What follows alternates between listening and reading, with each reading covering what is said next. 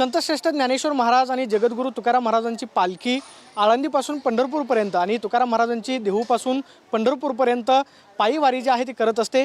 ज्या गावामध्ये पालखी जाते त्या गावामध्ये आनंदासारखं म्हणजे सण उत्सवासारखं वातावरण जे आहे ते आपल्याला पाहायला मिळतं।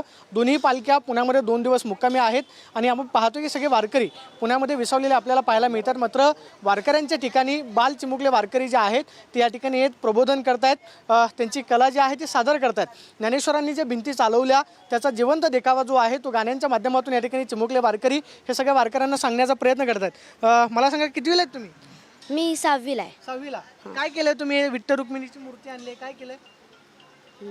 देखावा सांगा। हां, पालखी बनवली आहे व त्यांनी ज्ञानेश्वरांनी भिंत हलवली ती तो देखावा केलेला आहे। बरं, किती जण आहेत तुमच्या ह्या सगळ्या टीम मध्ये? आम्ही 8 जण आहे। एक मुलाला बरं नाही वाटत म्हणून तो नाही आला। बरं, कशी सुचली हे करायचं? आम्ही मागच्या वर्षी आलतो तर मला असं वाटत होतं मागच्या वर्षी आम्ही ना ते नागांचं केलं, विठ्ठलाच्या डोक्यावर नाग आलते असे। हे सगळे वारकरी आलेत आता पुण्यात, आनंद वाटतं आम्हाला, छान वाटतं। बरं बाळा तुझं नाव सांग? शुभ्रा गणे उपळकर। बरं, तू पण ह्याच्यामध्ये सहभागी झाली आहे, कसं वाटतंय मग तुला आता? चांगलं। चांगलं वाटतंय? कोण कोण आलेत पुण्यामध्ये आता? सगळेजण सगळेजण आलेत। ज्ञानेश्वर महाराज आलेत, तुकाराम महाराज आलेत, कसं वाटलं मग तुला? चांगलं। चांगलं वाटलं? बरं बाळा तू सांग, तुला कसं वाटतंय? छान वाटतंय। बरं, काय कुणाची वेशभूषा परिधान केली? रुक्मिणीची? बरं, कुणी सजवलं तुला हे? माझ्या आईने। आईनं काय सांगितलं? मम्मीनं? मम्मीने काय नाही सांगितलं, म्हणजे की विठ्ठल रखुमाई आहे ते असे, म्हणजे की असं हे आहे ना बरं. ते वारकऱ्यांना आनंद वाटावा म्हणून असं झालंय आम्ही बर केलंय। बर बर आता मग तुम्ही पण सहभागी झाले, कसं वाटतंय मग आता? छान। बर बाळा तुझं नाव सांग?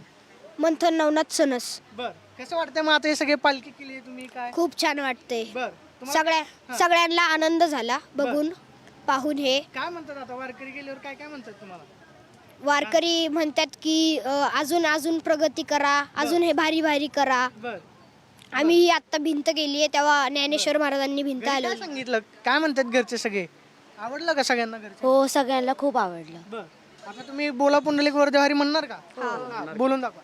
बोला पुंडलिकावर देव हरी विठ्ठल श्री ज्ञानदेव तुकाराम पंढरीनाथ महाराज की जय, माऊली ज्ञानेश्वर महाराज की जय, संत तुकाराम महाराज की जय। आपण पाहतोय की या बाल चिमुकल्या वारकऱ्यांचा उत्साह वाखाणण्यासारखा आहे। घरामध्ये आनंदाचं वातावरण आहे आणि जे वारकरी येत आहेत त्या वारकऱ्यांपाशी आम्ही जातोय आणि आमची पालखी सादर करतोय। त्यामुळे पुण्यामध्ये पालखी आल्याचा आनंद आहे अशी प्रतिक्रिया या बाल वारकऱ्यांनी दिलेली पाहायला मिळते। कॅमेरा पर्सन अभिजित पिसेसोनी, प्रदीप कापसे, TV9 मराठी, पुणे।